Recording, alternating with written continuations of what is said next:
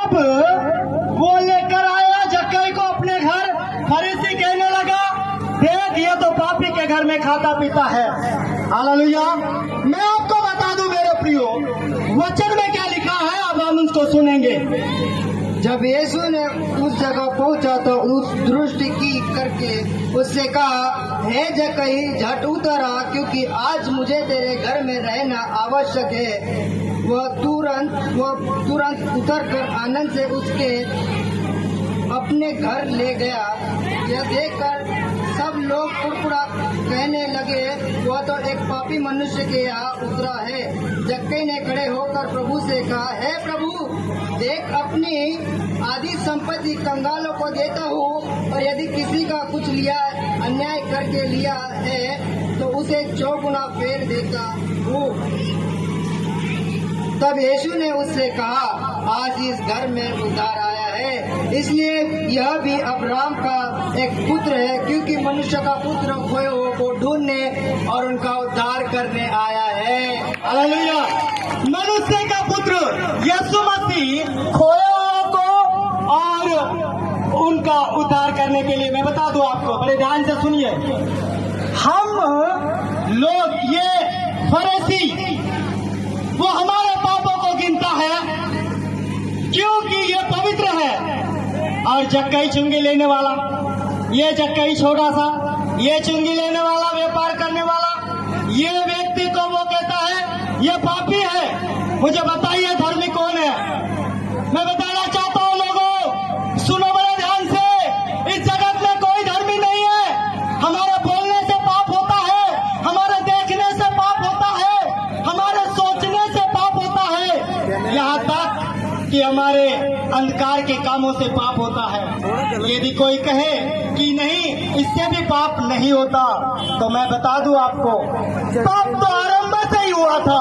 जैसा परमेश्वर ने आदम को बनाया था और आज्ञा दी थी कि देख तू इस पेड़ का फल मत खाना, लेकिन उस आदम ने नहीं माना और वो पेड़ का फल खा लिया, और तब से मनुष्य पापी है। मनुष्य के डीएनए में पाप है, खून में पाप है, उसके रक्त में पाप है। मैं बता दूं आपको, एक जगह के ऊपर में क्या हुआ, उसको हम अगर पलटा कर देखेंगे तो उसी की पुस्तक, उसका लूका की पुस्तक 5वां अध्याय का 19वां वचन, बड़े ध्यान से सुनो। 5वां अध्याय का 19वां वचन यीशु मसीह कहता है, उसको निकालिए बेटा। 5वां अध्याय 19वां वचन, पीछे आइए पास्टर जी, थोड़ा मदद कीजिए। लोग कहने लगे, ये कौन है जो पापियों के पापों को क्षमा करता है? ऐसा व्यक्ति तो इस दुनिया में है ही नहीं। लोग कहने लगे, लोग बोलने लगे। लेकिन मैं बताना चाहता हूँ, हे सारे कायनात के लोगों हो, हे सृष्टि के लोगों हो, यीशु मसीह कहता है मुझे पाप करने का अधिकार है, मुझे पापों की क्षमा करने का अधिकार है। पढ़िए। और जब भीड़ के कारण उसे भीतर न ले जा सके तो उन्होंने छत पर चढ़कर और खपरेल हटाकर उसे खाट समेत बीच में यीशु के सामने उतार दिया। उसने उनका विश्वास देखकर उनसे कहा, हे मनुष्य, तेरे पाप क्षमा हुए। तब शास्त्री और फरीसी विवाद करने लगे, ये कौन है जो परमेश्वर की निंदा करता है? परमेश्वर को छोड़ कौन पापों की क्षमा कर सकता है? यीशु ने मन की बात जानकर उससे कहा, तुम अपने मनों में क्या विवाद कर रहे हो? सहज क्या है, ये कहना कि तेरे पाप क्षमा हुए, या ये कहना उठ चल फिर? तुरंत इसीलिए कि तुम जानते हो कि मनुष्य का पुत्र पृथ्वी पर पाप क्षमा करने का भी अधिकार है। उसने लकवे के रोगी से कहा, मैं तुझसे कहता हूँ, उठ, अपनी खाट उठाकर अपने घर चला जा। हालेलुया।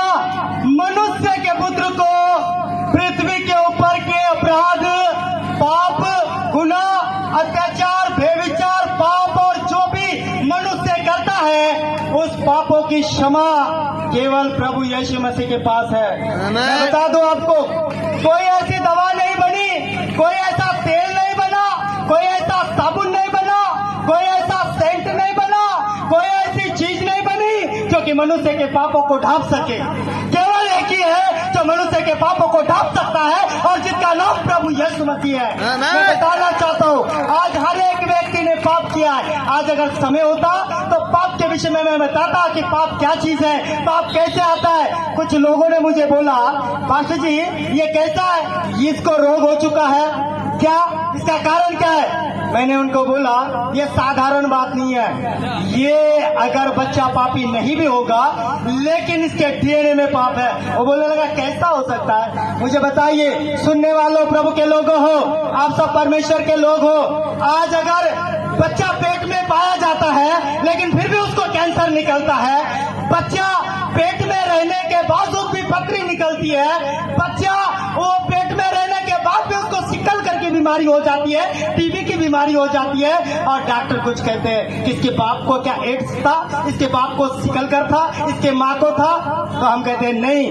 फिर कहता है तभी अगर नहीं बोल रहे हो तो किसी ना किसी को है, तभी आपके माँ बाप का खून इस बच्चे के अंदर में आ चुका है। मैं आपको बता दूं, हमारे, चलो हमने भले पाप नहीं किए होंगे लेकिन हमारे पुरखों ने, हमारे माँ बाप ने जो भी गलती गुनाह किया होगा वो अपराध हमारा कटा नहीं है। और वो हमारा अपराध हमारे दान करने से, अनाज दान करने से, पैसे दान करने से, वो हमारा क्या बोलते हैं, लाखों रुपये, करोड़ों रुपये, सोना चांदी चढ़ाने से हमारा पाप क्षमा नहीं होता। केवल पाप क्षमा करने का हक यीशु को है। और मैं बता दूं आपको, बड़े ध्यान से सुनिए, केवल वो व्यक्ति पापों को क्षमा कर सकता है जिसने पाप नहीं किया। नहीं तो एक पाप किया हुआ दूसरे पाप किए हुए व्यक्ति के पाप कैसे क्षमा कर सकता है?